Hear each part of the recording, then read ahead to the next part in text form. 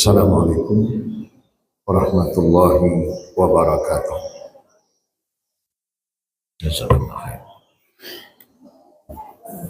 Alhamdulillahirabbil alamin. Salatu wassalamu ala asyrafil anbiya'i wal mursalin wa ala alihi wa sahbihi ajma'in. Subhanaka la ilma lana illa ma 'allamtana innaka antal alimul hakim. La haula wa la quwwata illa billahil aliyyil azim. Rabbi shrah li sadri wa yassir li amri wahlul 'uqdatam min lisani yafqahu qawli, amma ba'd. An Abi Hurairah radhiyallahu anhu qala Rasulullah sallallahu alaihi wasallam, salatul rajuli fi jama'atin tazidu ala salatihi fi baitihi wa salatihi fi suqihi bid'an wa ishrina darajah. Wa dhalika anna ahadahum idza tawadda'a fa ahsana al-wudu' thumma atal masjid la yanhazuhu illa as-salah la yuridu illa as-salah falam yakhtu khutwatan illa rufi'a lahu biha darajah wa hutta anhu biha khati'ah hatta yadkhul al-masjid. فإذا دخل المسجد كانت الصلاة ما كانت الصلاة هي تحبسه والملائكة يصلون على أحدكم ما دام في مجلسه الذي صلى فيه يقولون اللهم ارحمه اللهم اغفر له اللهم تب عليه ما لم يؤذي فيه ma lam yuhdithu fi, muttafaqun alaih. Wa fi lafdin lil Bukhari, al malaikatu tusalli ala ahadikum ma dama fi musallah alladhi shalla fi ma lam yuhdits. Taqulu Allahumma ighfir lahu Allahumma arhamhu. Wa fi lafdhin lahu aydan innal malaikata tusalli ala ahadikum ma dama fi musalla ma lam yuhdits. Allahumma ighfir lahu Allahumma arhamhu. La yazalu ahadikum fi salatin ma damat as-salatu tahbisuhu. Lam yamna'hu an yanqalibu ila ahlihi illa salah.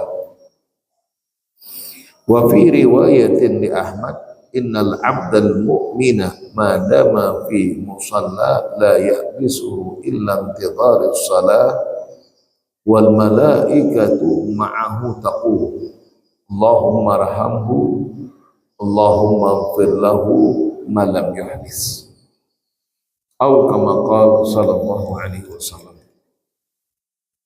Bapak dan Ibu jamaah salat subuh yang dimuliakan Allah, beberapa riwayat yang kita baca sekalipun berbeda dengan lafaznya, tapi maknanya sama. Maka di dalam ini kitab hadis ini dimasukkan dalam bab fi du'ail malaikah liman rawata bil masjidi yantadiru salah. Di hadis yang menjelaskan tentang doanya para malaikat untuk mereka yang terikat dengan masjid hatta dalam penatapan dan penantian waktu salat tiba. Qauluhu sallallahu alaihi wasallam, kita coba lihat dan kaji di mana Rasul mengungkapkan di dalam ini hadis bahwa salatul rajul fi jama'atin tazidu ala salatihi fi baitihi wa salatihi fi suqihi bid'an wa ishrina darajah. Al-bid'u ay makna dzalika min ats-tsalatsa ila al-'ashrah. Min ats-tsalatsa ila al-'ashrah. Jadi kisaran 3 sampai 10 itu bid'un namanya. Bisa 4, bisa 5, bisa 6 dan seterusnya. Itu kalimat bid'un.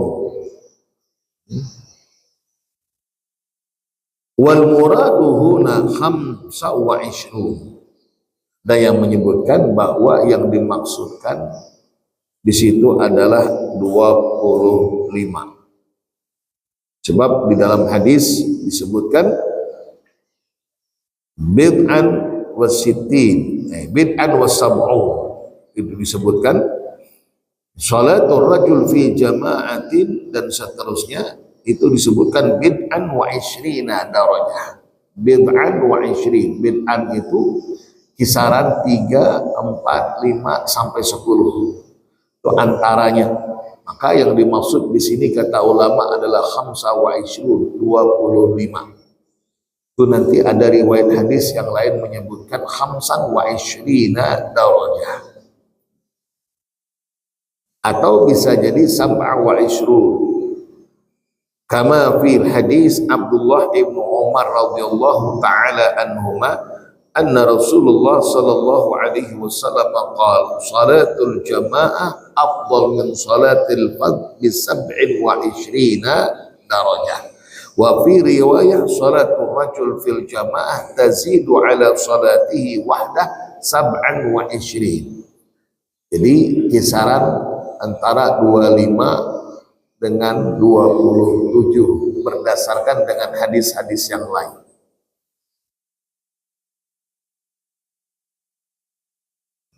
Wa kama qala jaa fi hadis Abi Sa'id Al-Khudri annahu sami'a an-nabiy sallallahu alaihi wasallam yaqul salatul jamaah, salat yang dilakukan dengan berjamaah tabdul lebih utama daripada salat sendirian bi 25 darajah. Ada riwayat yang menyebutkan 25, ada riwayat yang menyebutkan 27. Maka bid'an wa ishrin itu kisarannya antara 23 hingga 24 hingga 29. Jadi baina tsalatah ilal ashrah itu bid'un.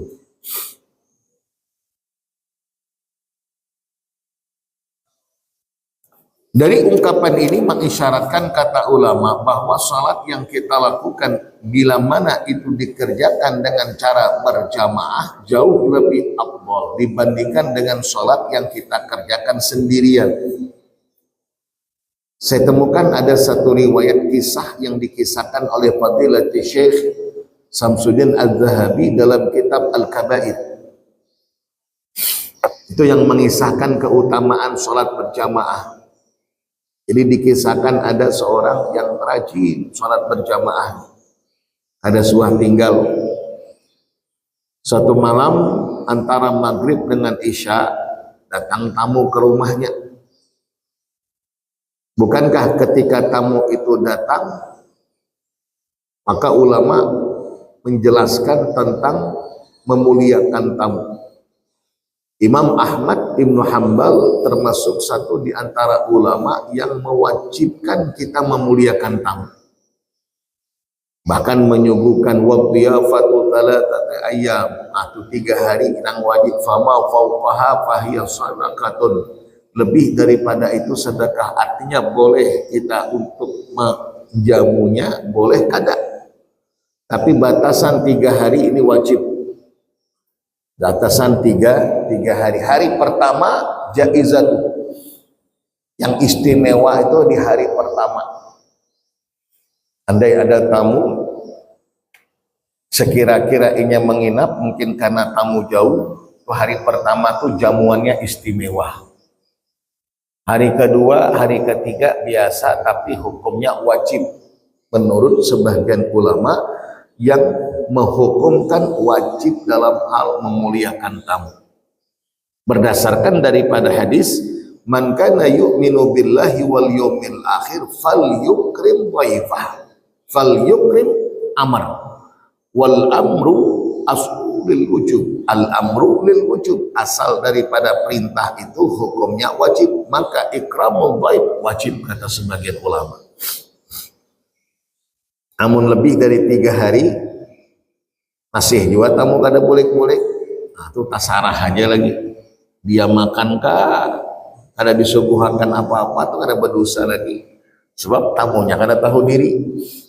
Lebih dari 3 hari sudah, karena 3 hari itu untuk memuliakan, bisa jadi tuan rumah yang tadinya begawi diburakannya, ambil cuti hendak menghormati tamunya, yang tadinya mungkin ini hendak kegiatannya dibatalakannya karena untuk memuliakan tamunya, maka 3 hari itu sudah cukup, karena 3 itu sudah banyak menurut ulama. Kan bahasa Arab kayak itu juga, mufrad, musanna, jamak. Kalau lebih dari 2 itu sudah jamak, nah, hitungan banyak sudah. Baik. Jadi dari hadis ini mengisyarat, saya ulangi, kisahnya datang tamu, ditemuliakanlah oleh beliau, dijamu sedemikian rupa, dihormati. Tiba waktu isya, waktu beliau bingung beliau, dan ini bisa jadi terjadi pada kita. Hendak ditinggalkan sembahyang jamaah, ada tamu di rumah, memuliakan tamu, maka hukumnya wajib menurut sebagian ulama. Sholat jamaah, walaupun sebagian ulama juga ada nama hukumkan wajib, tapi mayoritas menghukumkan sunnah muakkadah atau fardu kifayah. Bimbang beliau hendak pulang ke masjid kah atau tetapkah memuliakan tamu. Akhirnya yang beliau ambil, karena memandang ikramul dhaif suatu keharusan, sementara jamaah itu sebagian menurut daripada ulama sunnah muakkadah, akhirnya diambillah nang wajib tadi, dia muliakan tamunya dengan harapan mudahan andai nanti tamu ini boleh sekira-kira selesai, ini bisa untuk mengejar ketinggalan jamaahnya, tetap untuk bisa sholat berjamaah walaupun tertinggal, walaupun terlambat. Karena menurut ulama, asalkan kita sempat ikut dengan makmum atau dengan imam, dapat pahala jamaah walaupun tidak sempurna. Maka di situ kita pernah sampaikan, imam itu dianjurkan untuk melambat sedikit di beberapa tempat. Satu, ketika ruku itu kalau bisa lambatakan sedikit. Kedua, sebelum salam. Itu 2 tempat itu usahakan dilambatakan. Kenapa dianjurkan untuk dilambatakan? Sebab bisa jadi yang pertama ketika ruku, andai ada makmum yang terlambat datang, yang kemudian dia takbiratul ihram sempat ikut ruku bersama dengan imam, maka dapat 1 rakaat. Maka di situ untuk dianjurkan berlambat sedikit, menunggui siapa tahu ada jamaah, ada makmum yang mungkin datang terlambat, yang kemudian saat ketika kita ruku, ianya sempat untuk ikut ruku bersama dengan imam. Ketika sempat ruku bersama dengan imam, terhitung 1 rakaat. Nah, namun seandainya iman laju di situ, lakas bangkitnya, makmum yang datang terlambat hanya Allah hendak, makmum imam sudah sami Allahu liman, kada sawatan dia. Maknanya dia wajib untuk menyempurnakan rakaat yang tertinggal. Itu hitung masbuk dia. Itu yang pertama. Dan yang kedua, sunat makmum, sunat imam itu untuk berlambat sedikit, yakni ketika sebelum salam. Karena sholat itu wa muhtatimatun bit taslim, salam yang pertama itu upayakan dilambatakan. Makanya kalau bisa walaupun sudah fil alamina innaka hamidum majid, itu upayakan lanjutkan dengan doa. Rasulullah senantiasa memohon kepada Allah perlindungan dari 4, sebagaimana sabda Rasul, dengan doa Allahumma inni a'udzubika min adzabi jahannam, satu, wa min adzabil qabri, dua, wa min syarri fitnatil mahya wal mamat, tiga, wa min syarri fitnatil masihid dajjal, empat. Rasul senantiasa berlindung kepada Allah dari empat itu. Dan itu kata ulama sebelum salam. Maka ketika belum imam salam atau imam belum salam, masih duduk tasyahud akhir.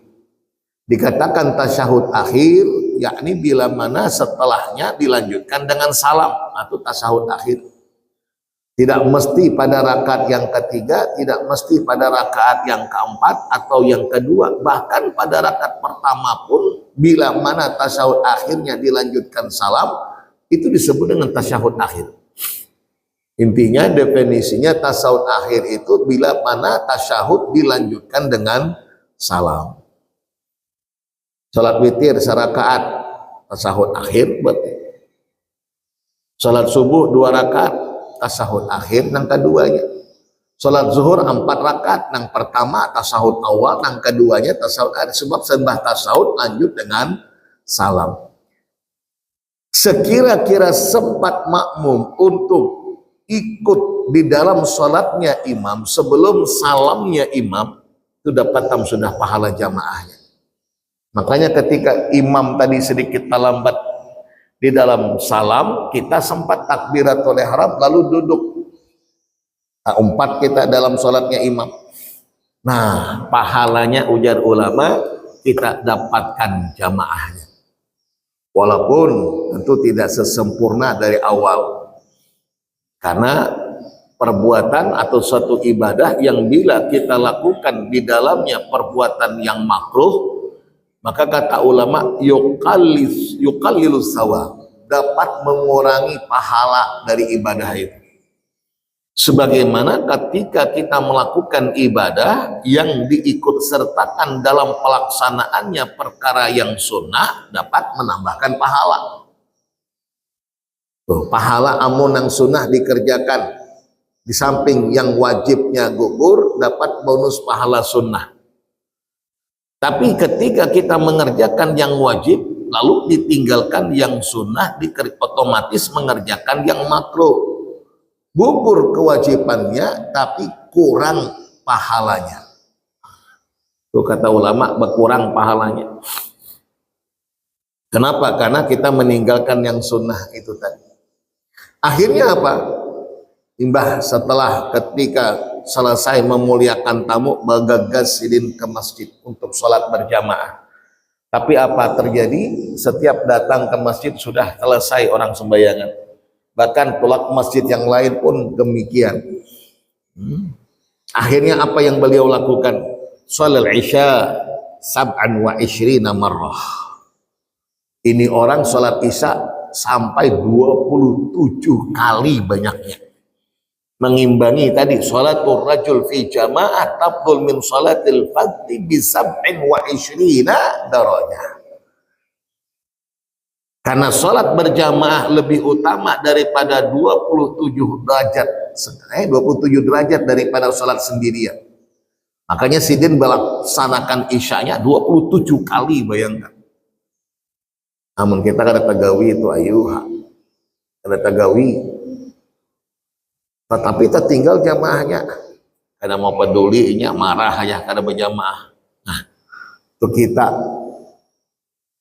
sebab jamaah aja sunat dua ay. Itu kita yang kadang menurut kita yang sunat andai tertinggal pun kita kadang merasa merugi, kita kadang merasa sedih. Beda dengan orang yang kadang jangankan yang wajib, yang sunat saja tertinggal itu sedih sudah. Iya, ini kayak beliau sunat jamaahnya yang tertinggal kada dapat, sedihnya luar biasa. Namun kita tadi jangankan yang kadang berjamaah sembahyang kita ada yang kada sembahyang pun kadang kada sedih, tingkatannya beda ya. Jadi kalau sudah orang merasakan nikmatnya ibadah itu kada akan melewatkan waktu kecuali dengan ibadah kepada Allah. Makanya amun tak tinggal sekalipun kada wajib hukum akan amalan itu tapi merasa rugi. Ada sembahyang qobliyah, debak dia, apalagi kalau sholat sebelum subuhnya kada terlaksana, sedihnya luar biasa. Padahal kada wajib, tapi sedih.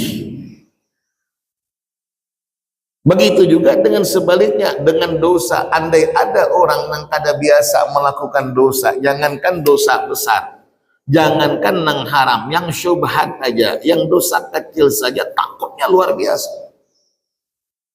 Itu kisah maklum itu. Kisah orang yang makan buah apel, ya. Itu kisah buah apel yang hanyut di sungai itu. Bukan inya metik dari pohonnya. Terlihat ada buah apel mengalir mengikuti arus sungai, ambilnya, makannya. Setelah masuk ke dalam perut, hanya ingat ini buah apel mesti ada yang punya. Sudah makan kayak apa? Jangan-jangan kada dapat halal dari pemiliknya, ditelusurinya. Saking takutannya dengan yang haram itu. Dimintai akan kehalal atas apa yang telah dia minta, apa yang telah dia makan. Melihat itu kada menyia-nyiakan kesempatan, ujar nang pemilik, ini orang bukan sembarangan. Kada ada, ini langka nang kayak ini orangnya langka. Bayangkan hanya sebutin apel, hanya takutannya luar biasa kepada yang haram sampai ditelusuri dan minta dihalalkan. Ini langka orang yang kayak ini, makanya kada dilapasakannya. Oke lah ujarnya, aku halalkan, tapi syaratnya kau harus begawi lawan aku dulu. Apapun syaratnya siap, yang penting halalakan. Biar tidak menjadi api neraka di dalam tubuhnya. Karena dalam hadis Rasulullah Sallallahu Alaihi Wasallam bersabda, kullu lahmin nabata minal haram fannaru aula bih. Setiap daging yang tumbuh dari makanan yang haram, neraka lah yang pantas untuk dirinya. Saking takutannya, siap. Sambil padahal ada niat yang lain, niat untuk melihat dan meneliti kayak apa orang ini. Ternyata bujur ini kada orang sembarangan. Akhirnya kan dijodohkan itu dengan putrinya. Maka di situ kita juga para orang tua, namun hendak memilihkan dan menjodohkan dan mengawinkan anak kita, tunang diutamakan lihat agamanya. Jangan hanya melihat hartanya, lihat agamanya. Kayak apa kita tahu baik dan kada baik agamanya, ujar ulama, Islam itu akidah, akhlak, akidah, syariat, akhlak. Akidahnya baik, benar, lurus, syariatnya jalan, akhlaknya mesti baik.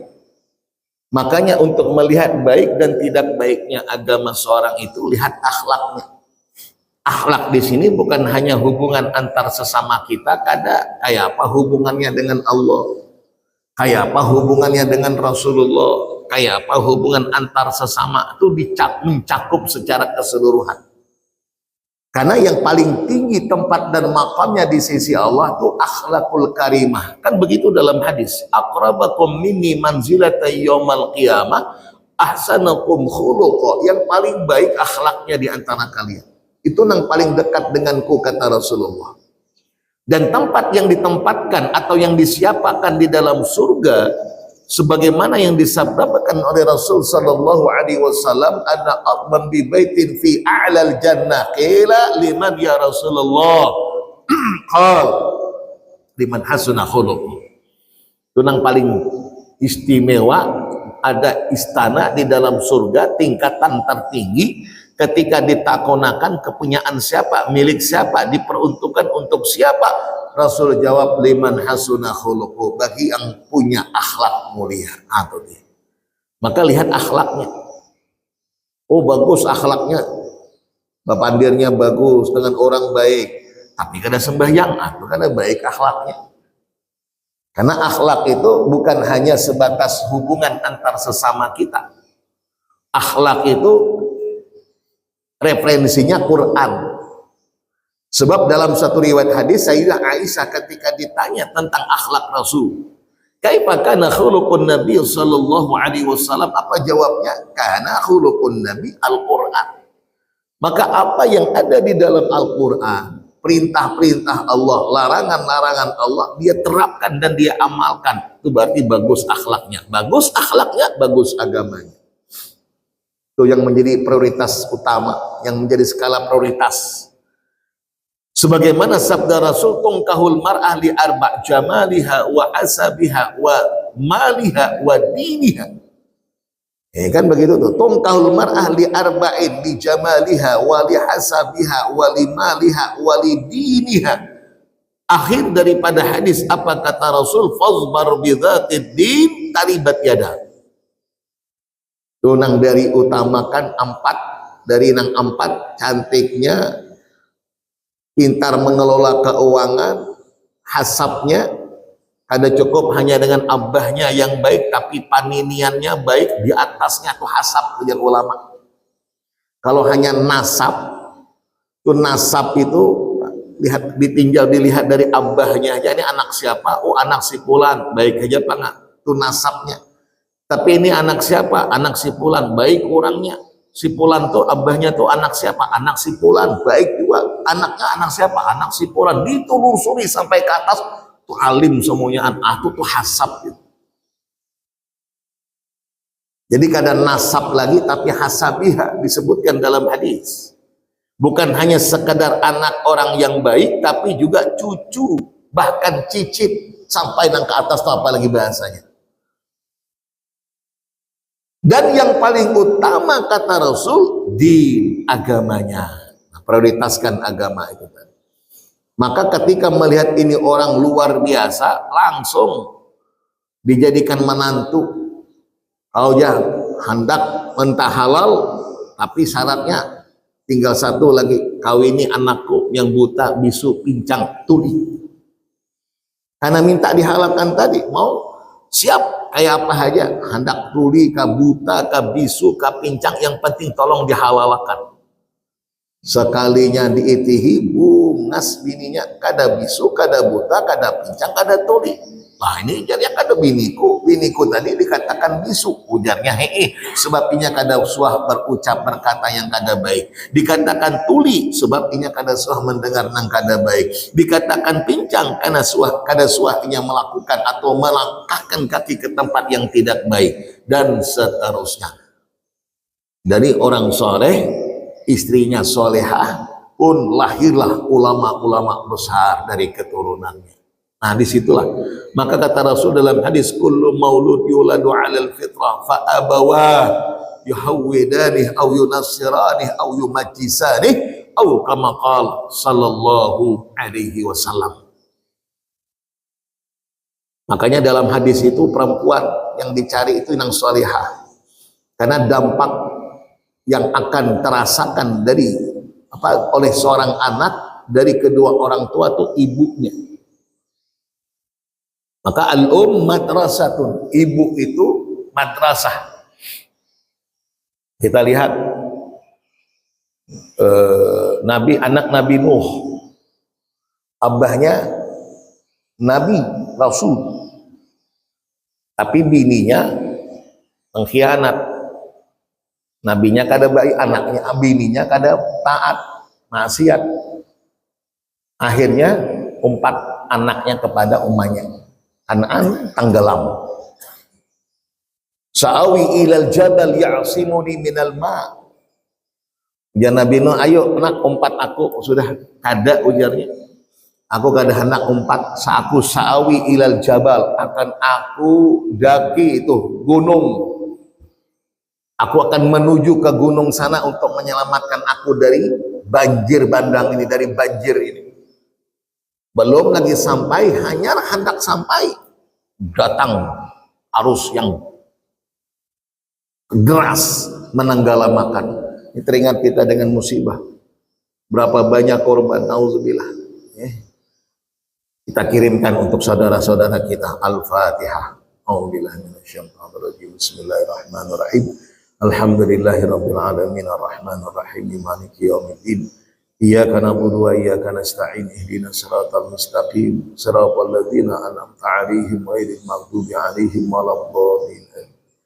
Teringat dengan sebuah hadis, kalau Allah turunkan azab, kalau Allah turunkan bala, itu ya'ummu 'ala jami', merata keseluruhannya karena kakanakan yang kada berdosa, umpat juga merasakan azab itu. umpat juga mendapatkan rasa bala itu.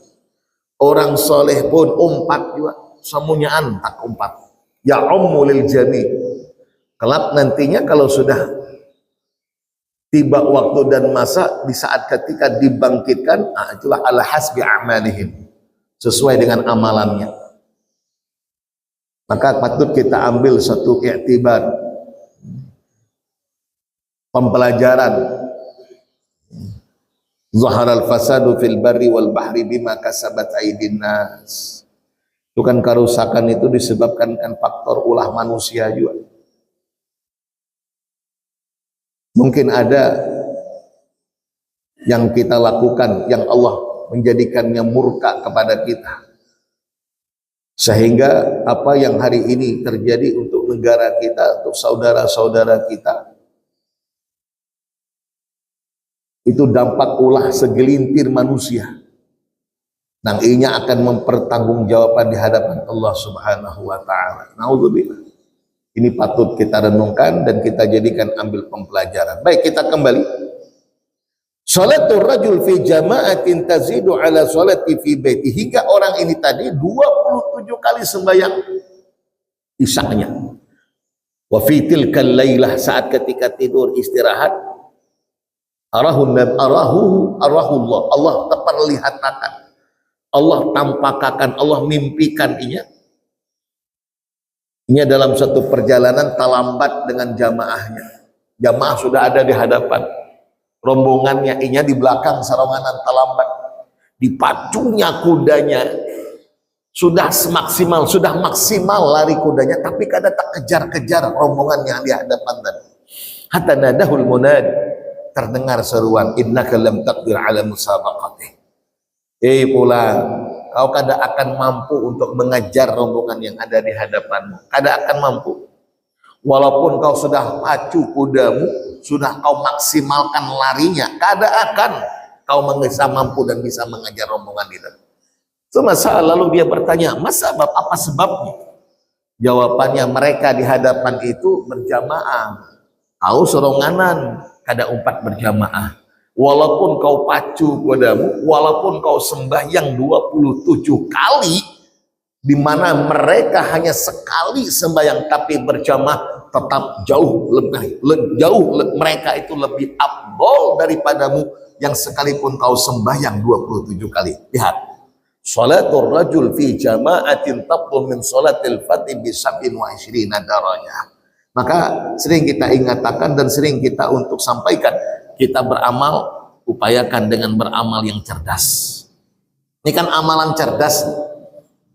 Kenapa amalan cerdas? Kadang banyak kita beramal, kadang mesti harus 27 kali sembahyang, cukup sekali, tapi nilainya lebih utama dari 27 kali tadi. Itu kan cerdas tuh. Maka syaratnya harus berjamaah. Datang ke masjid, nanti lihat ada keutamaan dan keistimewaan lain. Makanya kalau sekiranya kita paham dan mau mengerti serta mau menghayati, kada akan mau meninggalkan jamaah. Maka lagi-lagi dalam kitab Al-Kabair li Fadilati Syekh Samsuddin Az-Zahabi mengisahkan, Umar kalau tidak khilaf ishtaghala fil bustan, sedang sibuk dengan pekerjaannya, tiba waktu asar, sholat asar.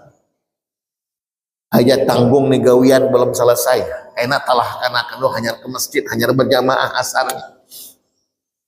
Ya kita lah mungkin berjualan tanggung melayani orang masih kena zuhurnya tunggu satu mat, asarnya kena, sehingga waktunya selesai mengerjakan pekerjaannya pulang ke masjid, orang talahan sudah sembahyang. Artinya berjamaahnya tinggal, kada dapat sembahyang jamaah. Apa ujar Sidin? Beliau mu'aqobah dan mu'atabah dan mu'aqobah. Beliau hinakan diri beliau cela karena meninggalkan jamaah, bukan tidak sholat, karena tertinggal jamaah. Beliau merasa bersalah. Lalu kemudian mu'aqobah itu memberikan sanksi atas keteledorannya. Ujar ulama, boleh apa kada dengan kita melakukan itu? Boleh, tidak ada masalah. Selama yang kita lakukan tidak menyelisihi dan melakukan perbuatan yang tidak dibenarkan oleh agama. Kalau melakukan yang dibenarkan silakan. Seperti halnya yang disebutkan dalam riwayat, ujar Sidin, gara-gara aku sibuk dengan pekerjaanku di kebun tadi, aku tak lambat dan kada dapat sembahyang jamaah. Maka ujar Sidin, ini muakobahnya, beliau berikan sanksi atas keteledorannya. Kebunku nang menyibukkan aku, kebunku yang membuat aku kada berjamaah, aku wakafkan untuk umat Islam. Itu dia. Amun kita kan kada sanggup nang kayak itu, amun kada sanggup jangan tinggal jamaahnya. Tuh kira-kira sanggup kada? Ini gara-gara aku melayani orang, gara-gara aku berjualan, sibuk dengan jualanku, zuhur imbaham aku kada dapat jamaah. Gara-gara itu aku wakafakan toko ini untuk umat Islam. Kada sanggup kita, kada makom kita nangka itu. Maka amun sudah nangka itu kan, makanya disitulah manfaat muakobah tadi. Kita kada akan meninggalkannya, itu muakobah namanya. Boleh kada? Ujar ulama boleh. Kalau bentuk muakobahnya bukan hal yang dilarang, namun yang dilarang aku nang kada boleh. Contoh umpamanya terlihat bini bungas yang bukan bininya. Saking terlihatnya kada suami melihat bebini bungas sekali taitihi kesima kada sadar nih patinya terus kemana bibini bungas itu berlalu sampai hilang dalam pandangannya. Hanyarkan sadar iya. Gara-gara bebini bungas tadi ini mataku nih melihat yang diharamkan oleh Allah. Oleh karenanya congkel, mencongkel mata gara-gara nangka itu muakobah yang kada dibenarkan. Muakobah yang tidak diperbolehkan. Tapi kalau muakobah bentuknya yang dibenarkan atau boleh. Atau sebagaimana seorang sahabat itu ada kisah. Seorang sahabat terlihat bebini bungas di kota Madinah. Terlihat bebini bungas itu di kota Madinah. Dan itu bukan sengaja. Kebetulan angin kencang tertiup ke jendelanya, tirainya, karena zaman bahari kan rumahnya kada wayah kayak orang wayah ini. Tersingkap, terlihat, takkanlah cantiknya luar biasa. Terkesima dengan kecantikannya, kada sadar. Lalu kemudian sambil berjalan taranjah timbuk dinding, habisan patah hidungnya. Itu teguran nih. Maka datang kepada Rasul. Ada seorang sahabat, saya lupa namanya. Begitu juga dengan kasusnya melihat nang kada halal, langsung datang kepada Rasul. Ya Rasul, ahlakku ya Rasul, celaka aznabtu, saya telah melakukan dosa. Kayak model dosa besar. Apa dosanya? Cuma melihat bebini aja nang kada halal untuknya. Namun kita kadang-kadang jangankan melihat, jangankan terlihat, istilah kadang-kadang maitihi bini orang, kita kadang merasa berdosa. Itulah makom kita lain, tapi kita perlu latih untuk adanya rasa khauf seperti apa yang disebutkan dan dijelaskan dalam kisah-kisah ini. Akhirnya apa?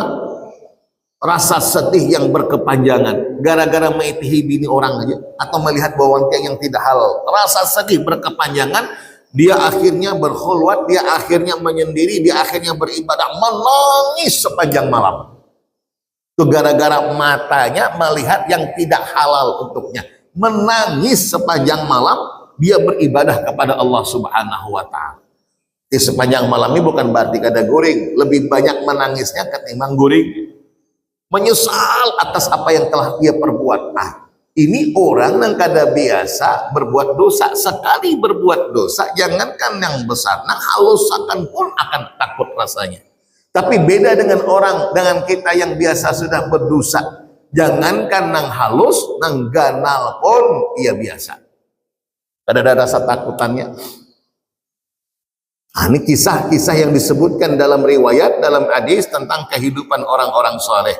Maka patut untuk kita renungkan bagaimana dengan kita, seberapa makom kita, maka kita perlu untuk melatih diri kita. Baik, kita kembali. Wa dzalika anna ahadahum idza tawaddaa fa ahsana al-wudu tsumma atal masjid. Lihat. Disebutkan mana kemuliaannya, kemuliaan diantaranya ketika kita hendak berjamaah otomatis kita hendak ke masjid. Sebab salatul rajul fi jamaah, salatul rajul fi jamaatin, salatnya laki-laki di jamaah itu di masjid.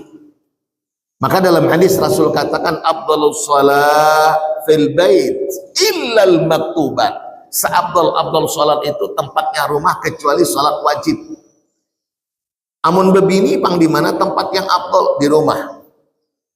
Yang lebih afdal lagi di kamarnya. Semakin terlindungkan tempat ibadahnya itu semakin afdal. Tapi amun hendak ke masjid boleh kada? Boleh. Sebab punya Rasul jangan larang istrimu untuk ke masjid. Apalagi aman. Kada ada fitnah atau menimbulkan fitnah. Kemudian kita dapat ilmu pulang. Ada masalah. Kecuali amun menimbulkan fitnah di masjid pakai baju seksi, bingung jamaah melihati, umak aja jamaah ibu-ibu nih, umak aja jamaah bebinian nih, seksi-seksinya, bungas-bungasnya. Makanya saya tidak sependapat kalau ada ibu-ibu itulah ke masjid tuh bebingking di dalam masjid itu, bawa popor, bawa lipstick. Usahakan jangan di masjid, sudah di tempat begawinya sana. Kita sering kadang-kadang tak itihi duhur, terutama anak-anak muda kita. Kadang-kadang bahkan bukan hanya anak muda, tulak ke masjid sembahyang, tapi sebelum tulak bulik dari masjid, bebingking dahulu di belakang sana. Bapupur iya, belipstik iya, pokoknya bapupur berdandan tadi itu Pak. Itu bakal menimbulkan fitnah sehingga orang terkesima dengan kecantikannya. Nah ini kan bakal bahaya. Maka jangan timbulkan fitnah sebab karena kita. Jangan buat orang berdosa karena kita. Ingat, satu di antara hadis yang pernah kita temukan, iblis itu menjadikan anak panah untuk menggoda anak cucu Adam itu dari kalangan wanita. Maka jangan hendak dijadikan anak panahnya iblis. Tusahmun min sihami iblis. Makanya amun iblis anak menggoda dan merayu atau menjerumuskan anak cucu Adam, tuh yang diutusnya bebinian. Dijadikan anak panah, sap panahnya, karena sasaran. Amun seandainya itu yang terjadi, berarti kan kita tentaranya iblis. Kenapa? Orang tergoda karena kecantikan kita, karena kita pertontonkan. Orang tergoda karena keseksian tubuh kita, karena kita perlihatkan. Akhirnya terjerumus orang berdosa, orang karena kita, berarti kita termasuk daripada tentaranya iblis. Maka jangan hendak dijadikan oleh iblis sebagai tentaranya.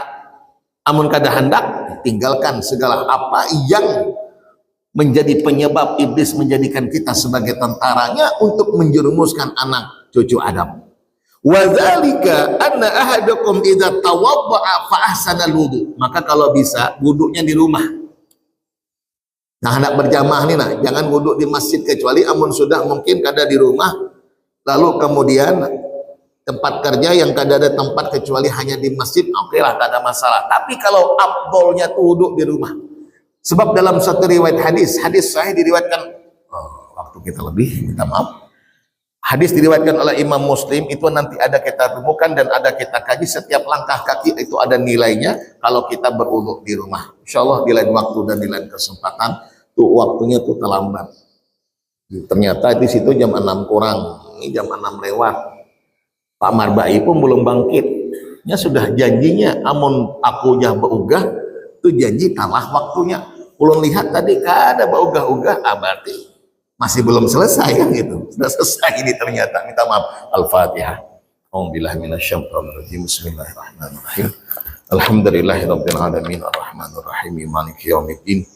Iyyaka na'budu wa iyyaka nasta'in ihdinas siratal mustaqim siratal ladzina an'amta 'alaihim ghairil maghdubi 'alaihim waladdallin.